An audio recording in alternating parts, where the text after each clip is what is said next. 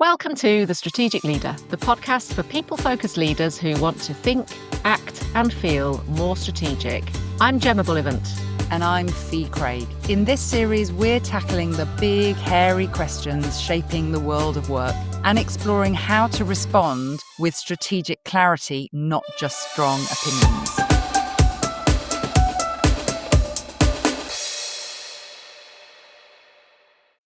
Welcome back to The Strategic Leader with me, Fee Craig. And me, Gemma Bullivant. As ever, we are here to explore the big and often messy questions shaping the future of work and leadership. So, Gem, what are we talking about today? Well, in true style, today's question is a big one, and we're going to be exploring how HR can lead the AI revolution. So that's quite big and hairy. We want to cover this really early on because clearly AI is something that is on everybody's agenda at the moment and has been for some time. And it isn't just coming, it's right here in and amongst us. And it's already reshaping all the things that we have come to do in the world of work, managing, hiring, developing, engaging people. It's already here in its various guises.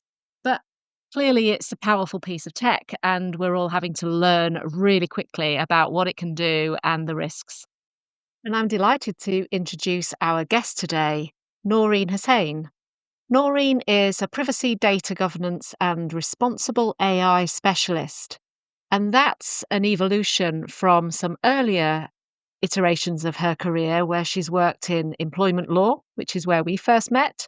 When I was in-house HR and Naureen was my trusted employment lawyer that I called on for any and every tricky situation in the business, through to where her career has evolved in data, privacy, and more recently, AI. Her focus has evolved massively, obviously grounded in some very strong employment law expertise, through to data privacy expertise, and now in AI expertise. And she helps organizations unlock the value from AI while staying grounded in good governance. And we'll talk a bit more about governance later in the conversation.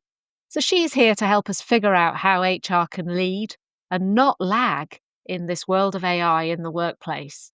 Naureen, it's great to have you with us.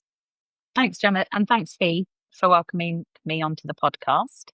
Yeah, looking forward to having a really good conversation. Yeah, us too. One of the things we really like to do in this series around our big, hairy, audacious questions is to challenge our own thinking. Do we come to this with a preconceived notion of what the answer is, or do we come to this thinking, gosh, I really don't know much about this subject whatsoever? So I'm looking forward to learning some stuff, challenging my assumptions, and just kind of expanding my strategic viewpoint on this most massive of topics. So where are we going to start, Gem? Well, I think let's start, Naureen, with some of your thoughts on where we are in this in terms of how AI is impacting the HR space. What are some of your initial observations? I mean, first of all, I think in navigating this topic, it's super interesting. There's lots to think about. There's lots to cover. But just as you said, Fee, the important anchor in all of it is how do you approach it strategically? Because I think you can, and often people do get lost in whether it's a particular project, particular tool, a particular legal issue, shall we say. So I think the starting point is to zoom right out and look at the bigger picture. And I think for HR leaders, there are two things to think about, or two approaches. One is to zoom right out and look at the wider organizational impact of AI. So what is your organization doing when it comes to AI? Is there an AI strategy? And it might be that it's not a written down document, but somebody is already thinking about how the organization is going to leverage the new age of AI, which we call generative AI or Gen AI. And by the way, that's already evolved into people talking about agentic AI. So if any of your listeners are hearing agentic or reading agentic AI, that's basically using Gen AI, but to do much, much more than what individual tools are capable of. So who's thinking about that? Who's already starting to put pen to paper? And it's really important, I think, for HR leaders to get involved in that work, not least because it's going to have some, I would say, profound impact on your people across the organization. Might not happen straight away, but certainly in 3 to 5 years, the world of work for most organizations in most sectors is going to look very different. How people operate, what the jobs of tomorrow are going to be, and also at an operating model level. So it's really important that HR start getting involved. Ask the questions of your peers on your executive leadership team, on your senior leadership team. Who's thinking about AI strategy at large? So I think that's the first point. I think the second is then, and they do relate to one another. How does that organizational level AI strategy flow down into your HR strategy? What does that mean from an HR strategic perspective? And it might mean nothing really changes in your HR strategy, but I suspect in a lot of cases, you're going to need to review that HR strategy to make sure it's aligned to whatever the organization at large is wanting to do when it comes to AI and the related technology. So going deeper then onto the HR side of that, I think it's about looking at what you already do. So start there, which is, I think, where a lot of organizations will be and a lot of your listeners will be. Well, I really like the sound of that because I do think that it is such an enormous transformation that it would be a bit of a mistake if HR literally waits to respond and react to what the business decides to do in this space, and actually needs to be one of the instigators and initiators, part of that leading team to establish, as you say, the strategy. What are we going to do with AI in our organization? What's our approach? What's our stance on it? How are we going to navigate the inevitable presence of it in its various forms and leverage it rather than resist it, would be my take. Yeah, echo everything you've just said, really. I think there's a massive opportunity cost if HR do not embrace it and Yeah. really be part of that, as you say, that cross-organization team that's driving that change in the right way. And I actually think Yeah. it's a great opportunity for HR as a discipline to elevate themselves, the impact that HR can have on such a profound cross-functional transformation program that I think most organizations might not have seen before and might not see for a very long time. Like, this is going to significantly change the way organizations operate.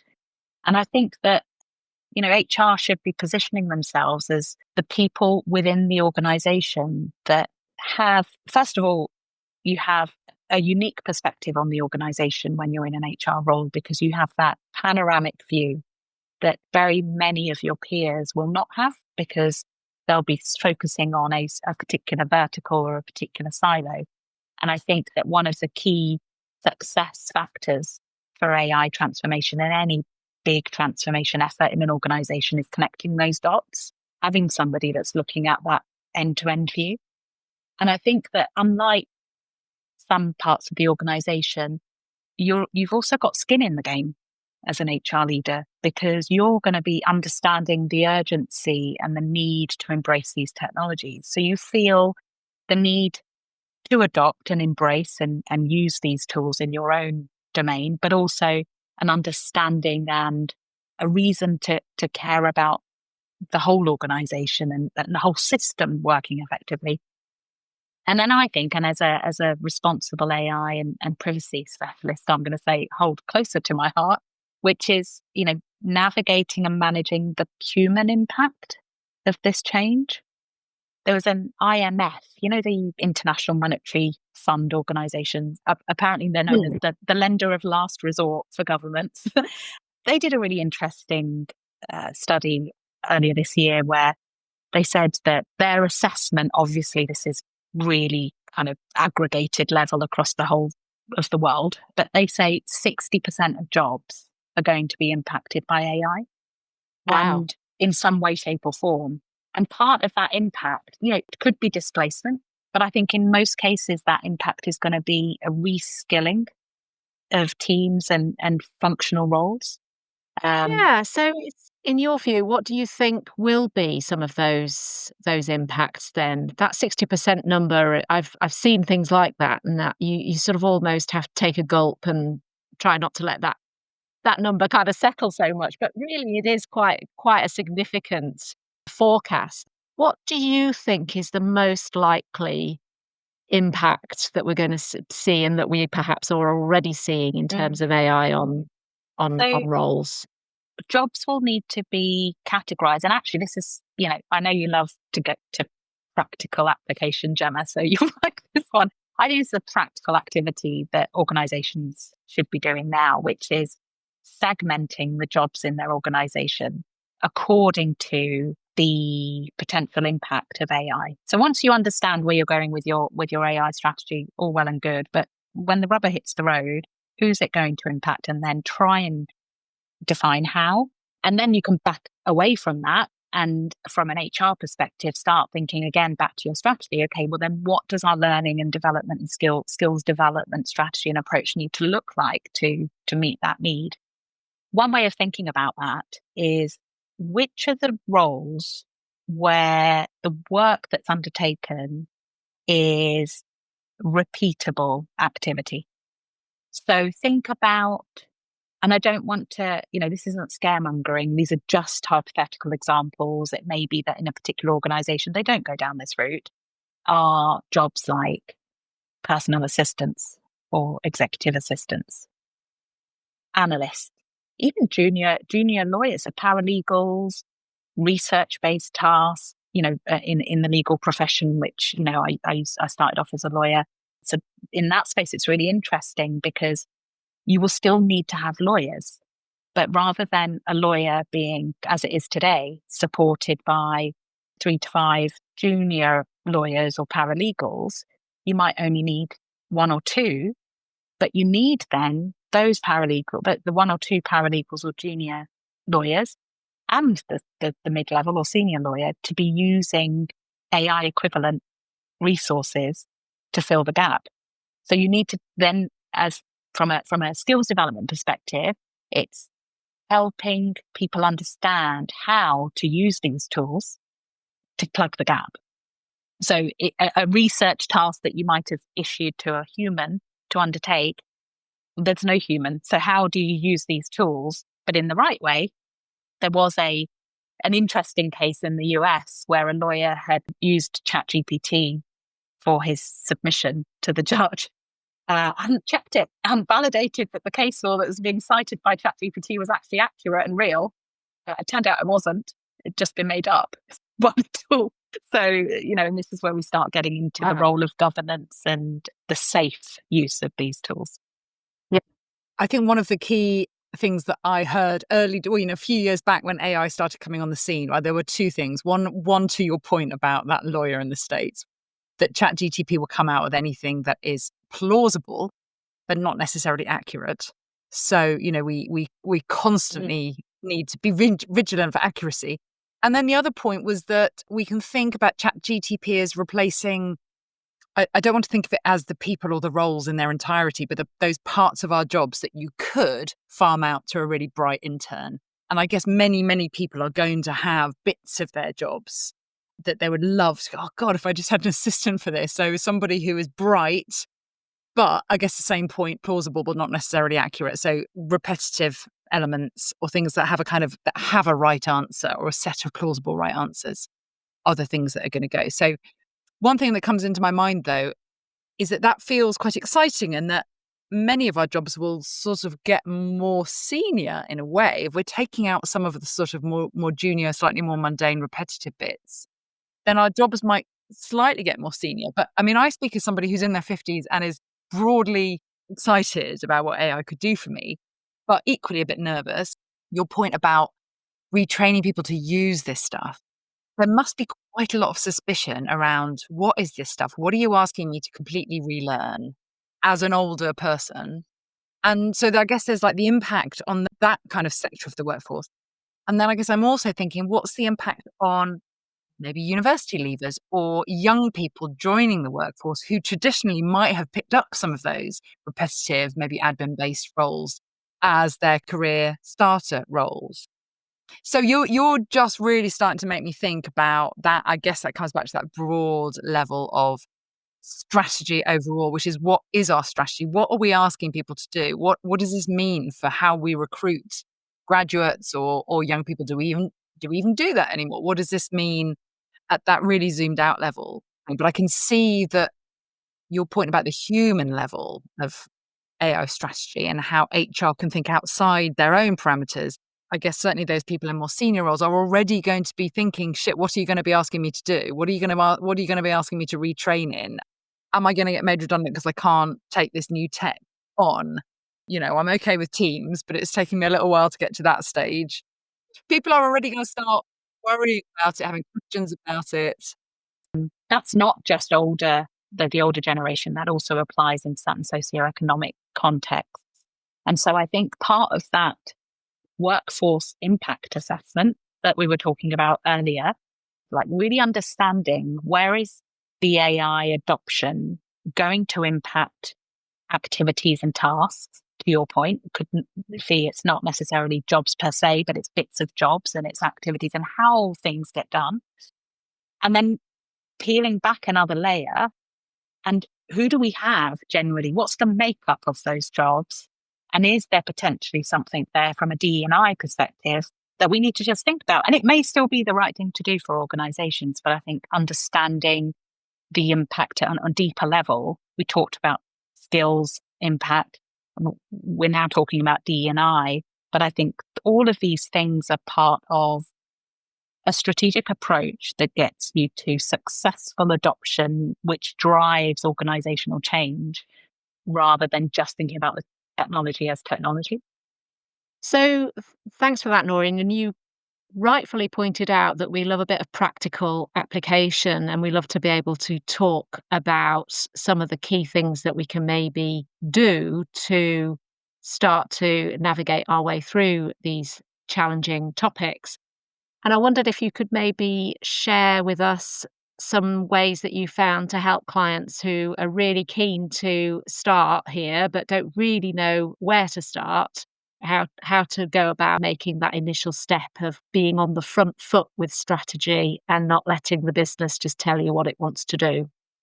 Yeah, so I think, and I think you'll like this answer, the two of you, given what you always promote, which is start with strategies. Get your current HR strategy out and review it and stress test it in an AI context.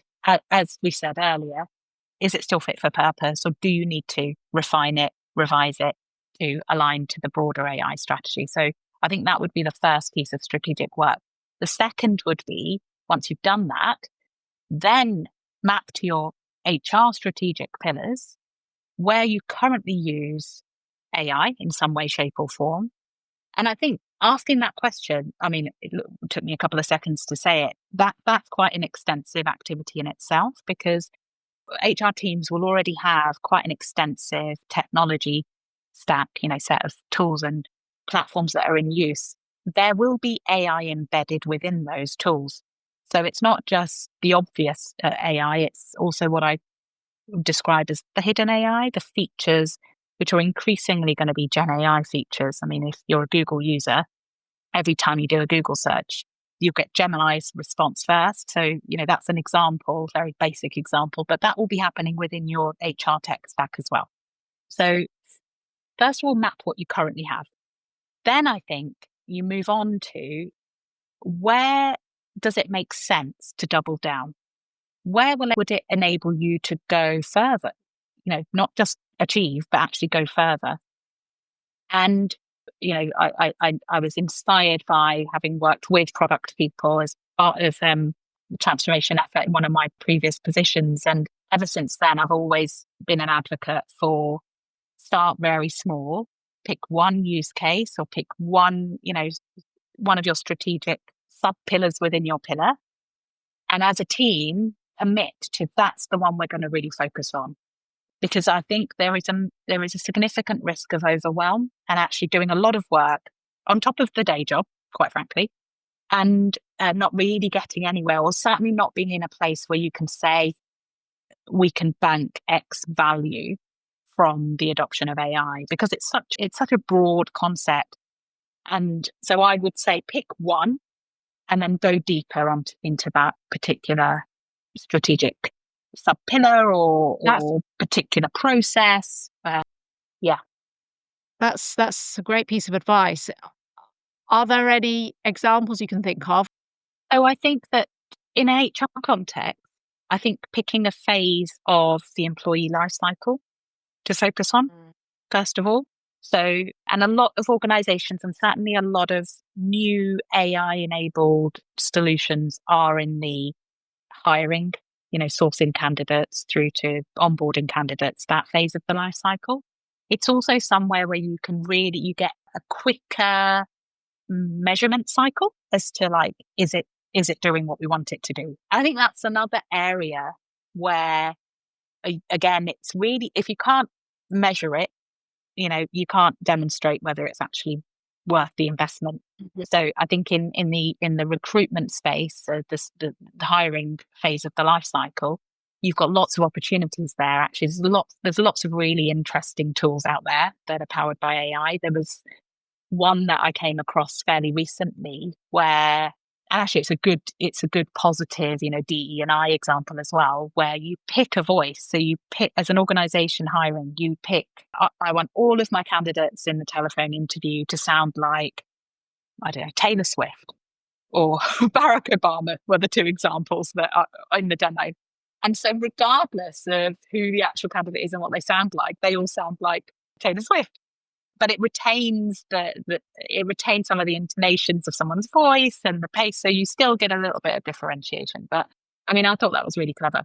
So anyway, So it actually changes how their yeah, real voice sounds like. Okay, so to eliminate discrimination on to the eliminate grounds of discrimination. Yeah, yeah, wow, yeah. yeah. I was going to say, what's the job that both Taylor Swift and Barack Obama were applying for? I'm fascinated to see what's the role. But no, I understand you guys. But I Yeah. guess for So those pick somewhere, my thought on that was, where are your pain points? What are the bits of that life cycle or the bits of the work that comes out of your team that are the most painful? Some of those almost certainly could be handed off or maybe it's just the question, how could we use AI to make this bit of our job easier or quicker or more effective or better for the stakeholders? That would just be a really interesting question to ponder. I think it does also bring us back to, as you focus on one area, you're basically going in to test and validate and then hopefully iteratively build and develop it. So being really clear on what does success look like? What are we actually trying to improve? Because in some cases, we start with what are the pain points? What are the parts of our job that AI could help with? Actually, and this is where governance plays a helpful role, you might not need an all singing, all dancing Taylor Swift AI voice solution. You might actually need something that's much more, could be a technical solution. It could be, a robotic automation, for example, which is a lot less expensive than a Gen AI solution and a lot less impactful on the planet. Because one of the other aspects of these technologies that I think demonstrates why it's also interconnected with so many other parts of an organization's kind of values and strategic goals is generative AI is a heavy user of resources as a product, as a tool. There's also an onus, I think, on us as leaders to be aware that it's having that much of an impact on the environment. Absolutely. Probably a conversation for another day, that whole question, but it is calling to my mind. Sam Altman, the ChatGPT guy, came out and said, every time you say please or thank you, you're wasting resource. And I was thinking, oh my God, what's that going to do to our way of communicating over time if people are conditioned to not say please and thank you and be actually polite in interactions? But I think that's probably taking us down a rabbit hole that we need to step out of for now. I want to go back, if it's okay, to the question of governance. It brings me out in a little rash, I'll be honest, when I start talking about governance, because I always feel like it's kind of a bit counter to strategy. But you have talked me round in previous conversations, Noreen, that actually governance can be a bit of a strategic enabler. So talk us through how you see governance in AI and how that can be a strategic enabler as opposed to a tick box or other version of governance that some of us may have in mind. Sure. I'm going to attempt to anyway, persuade you to take a different view. I suppose I'd start with asking a question, which is, if you were an HR leader with your strategic approach, anchored in everything that you do and how you operate, would it be helpful to you to understand how the environment is shifting, changing, maybe the assumptions, how that strategy is going to be executed? Maybe those assumptions aren't right anymore. Something has happened somewhere, either external or internal to your organization, that means that that assumption is at risk. Would that be helpful to know? Yes. Mm. That is the value that robust or a mature governance framework offers to an HR leader. The very overused acronym of VUCA is one I'm going to use. VUCA is volatile, uncertain, complex, ambiguous. And we live and operate within almost a hyper VUCA reality at the moment, whether that you're looking at that from a geopolitical lens or from a technology lens. Like, the pace of change within just the Gen AI space is phenomenal. The ChatGPT got the same number of users within, I think it was a month, that Instagram took years to get to. That's probably not fully accurate, but it kind of paints the picture of just the pace of adoption of these new technologies. And then we know that 3 out of 5 workers are using these technologies in some way, shape, or form. And half of that population are hiding it. So they're not being open about their use of these tools. So I think that if you think about governance, less about box ticking and less about process and control and it being a blocker, and more around what do you need as an HR leader in order for you to feel comfortable and confident that your strategy still holds and that your plan to get to achieving those strategic goals is robust and still fit for the current situation which we're in. And I hope that those within the organization that lead on some of these risk and governance topics would appreciate this, to have a more proactive conversation with those people and say, look, love your enterprise risk management framework or not, love your privacy policy or not. However, what would really help me in my role, I care about my strategy being secure. How can you help me, and how can I engage and get my teams to engage in these processes, make sure that we're delivering on these policy requirements in order to help me get the job done on the HR side of things. Yeah. I guess what I have taken away more than anything in this conversation is the idea that HR's role is far broader than having AI-enabled bits of tech in their recruitment or, performance management tech stack. I had, I guess, come to this conversation thinking, well, surely AI lives in IT because it's a bunch of tech.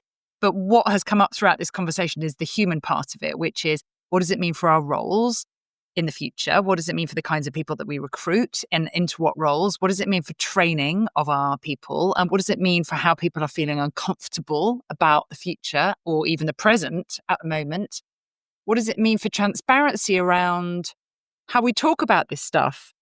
Are we transparent about when we use it? Are people supposed to be using it? Are they going to get kind of told off for using it? Are we supposed to be, like you mentioned earlier, when people are kind of hiding it? Is it a bad thing to have used ChatGPT to have come up with a solution? Maybe if it's quick and it's a good one and you've checked it and it is accurate, then maybe that's a good thing. So kind of ideas about, is it okay? And sort of cultural norms or even kind of policy norms about this is how we use AI around here. As all of that kind of stuff has made me think, oh yeah, there's the whole people element is a huge thing. It's not an IT thing. Well, it is.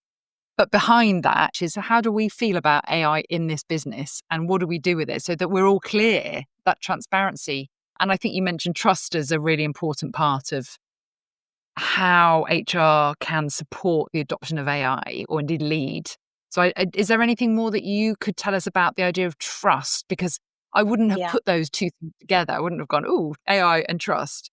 But I know it is quite a big idea, isn't it?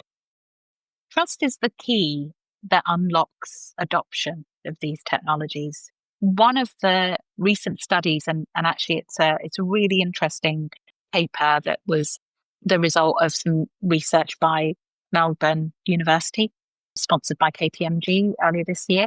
It's a really robust piece of research, and it's the first that I've read anyway, it's empirically backed, that if you have trust of the technology, that is going to be a massive factor towards successful adoption. And how do you get to trust? One of the key requirements for people to be trusting of technology is to understand it and to know that it's being used safely. So having visible governance and assurance in your organization around these technologies helps people trust it more. And if they understand how it works, they trust it even further. One other thought that occurs to me is the reason why HR and actually all leaders across that executive or senior leadership table need to get involved and need to be invested in how AI technology is going to impact the organization is because I think we can take some learnings from the Post Office Horizon scandal. So, I mean, obviously, a very different context, but one of the similarities and that I draw from what happened there and what could happen if AI adoption isn't handled intentionally and with everybody at that table is a blind reliance on or confidence in technology. And that was one of the features of underlying issues there, is that it was just boxed off as it's a technology program. Therefore, the technology team just need to deploy this tech and the tech will fix everything. I mean, I'm being facetious slightly there. But I think that's where governance comes in. And it's the phrase that I like is the critical friend. And HR leaders, just like all other leaders around that table, should be acting as the critical friend of technology, but also of each other. Say, have we really thought about, from an HR perspective, this is what it's going to mean for people? Have we thought about that? What is the impact? Who's sat in those parts of the business that are going to be adversely impacted or are going to need some support to thrive in this new future where we've got all these tools doing so much of what otherwise would have been done by a human? So I think it's about taking a step back and thinking, we don't want to be the next Horizon scandal when it comes to AI, and not to blindly trust in the technology. That's a really powerful analogy and something I hadn't really thought about, but in many ways, and as you describe it, it does make sense. It's calling to my mind something my dad said to me about AI. My dad is almost 80. He's 80 this week, in fact, at the time of recording. And his take on AI is get it to answer a question and then question the answer. And I quite liked that. And hopefully I'm not doing any kind of spoiler to any presentations he's doing later this year, because he is still on the conference circuit. But that was, I think, one of his closes on this whole topic. Not that he is an expert there. He works in finance. But to your earlier point, everybody is involved. Everybody needs to be involved. And so if you're getting AI to answer a question for you, to then question the answer, I think is a really good rigor. And that's for me, an example of the critical friend analogy that you mentioned. Yeah, I like that. And it resonates with me.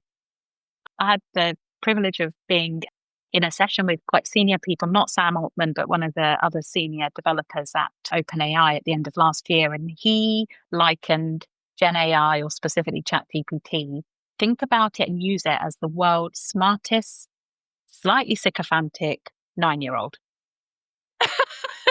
Go on, why is it a sycophantic 9-year-old? So because the AI is designed to answer your question, it hallucinates and it makes things up and it makes you feel good. It wants to give you an answer that you're happy with. So therefore, there's a risk that it gives you something that's not quite accurate, which we've mentioned earlier, but it also makes you feel good. So be wary, because I've had experience of using it and noticed a change recently. So I'm putting my ideas into it and then saying, can you critique it? What do you think? Have I missed anything? And the first 5-6 lines of the response are just telling me how great I am. This is a fantastic idea. And even trying to probe it to be critical, to give feedback that I can, weave into whatever it is that I was working on, took a lot of effort. Actually take a step back. Are you being flattered by the world's smartest 9-year-old? Who's also a people pleaser. Gosh, I feel like we've got a whole series on AI, given the breadth and depth of what we've covered today. So thank you, Naureen, for opening our eyes to quite a few really important areas. I did a fairly swift intro to you at the start. What are some of the things that you do to help with this if people are interested? Thanks, Gemma. I actually have a dedicated space on my website for HR, which might be helpful to signpost your listeners to if they want to learn in a bit more detail about what I do and how I could help them. And obviously always happy just to have a conversation with anyone. But essentially, I offer the strategic support and guidance to leaders within an organization that are navigating either data challenges, privacy, compliance challenges, or with AI specifically. I can help shape that strategy. I can help as a sounding board. One of the areas that I particularly enjoy helping clients with is when they've hit a bit of a wall or a stumbling block, or there's some tension in the organization. That might be on a specific project, program, it might be more generally. So if you are trying to navigate but finding it difficult to progress with your strategy and your adoption of these technologies, or just innovating in this space because you've got policies and frameworks from a governance perspective that you feel are maybe a bit too restrictive, maybe slowing you down, maybe holding you back, that's a particular area that I have expertise in and can come in and help, and always in a way that puts people at the center of it. But yeah, as I say, I've got some detail on my website, and also what I was going to provide your listeners with is like a cheat sheet, but it's just a conversation starter. What are the key questions that HR leaders should be asking of their colleagues, whether they're playing that critical friend role that we talked about, or whether they need a bit of help in order to unlock their own AI plans. So yeah, hopefully that will be helpful to some of your listeners. Great. Thanks very much for that. Well, I think I need to go and have a bit of a lie down, Fee. I'm quite excited. I was tempted to get on ChatGPT and start doing some stuff, but given that energy usage, I think I'm just gonna keep a lid on how I use it and think about it, because it's a big topic. It's a big, hairy, audacious topic. I've learned so much from this conversation, Naureen. I want to thank you so much for joining us here on The Strategic Leader. Hopefully all of our listeners will have come away with some great questions, broadening their thinking, evolving their opinion on the topic, and maybe just better equipped to have some of these conversations. So thank you so much for joining us on the podcast today. Thank you. I've loved it. Really enjoyed it. Goodbye. Bye-bye.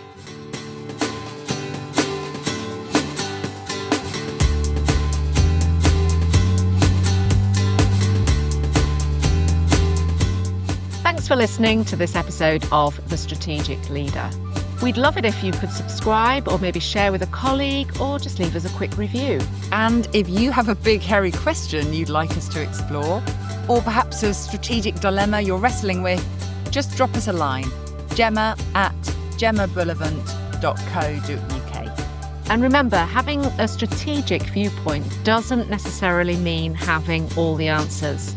It's more about asking better questions, broadening your view, and staying curious. We'll see you next time.